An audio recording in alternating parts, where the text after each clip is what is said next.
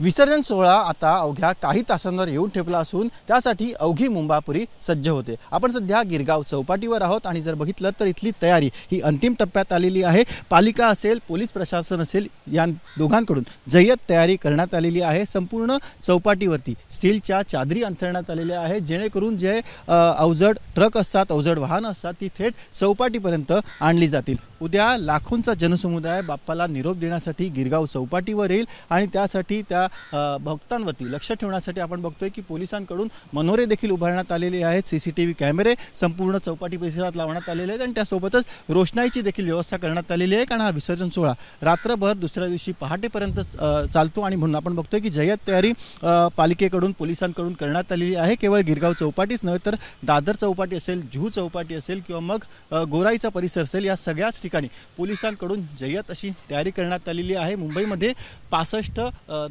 नैसर्गिक स्रोत आहे जिकडे बाप्पांचं विसर्जन केलं जातं, तर जवळपास 205 ठिकाणी कृत्रिम तलावांची व्यवस्था ही पालिकेकडून करण्यात आलेली आहे। सध्या गिरगाव चौपाटीवरती आहोत आणि उद्या जेव्हा विसर्जन असेल तेव्हा लाखोंचा जनसमुदाय संपूर्ण मुंबईच्या रस्त्यांवरती असेल, चौपाट्यांवरती असेल आणि त्यांना कोणतीही अडचण होऊ नये, गैरसोय होऊ नये आणि सगळा सोहळा हा निर्विघ्नपणे पार पाडावा म्हणून आपण बघतोय की पालिका आणि पोलीस यांच्याकडून जय्यत तयारी करण्यात आली आहे। व्हिडिओ जर्नलिस्ट कृष्णा खापरेसह सचिन गाड, एबीपी माझा, मुंबई।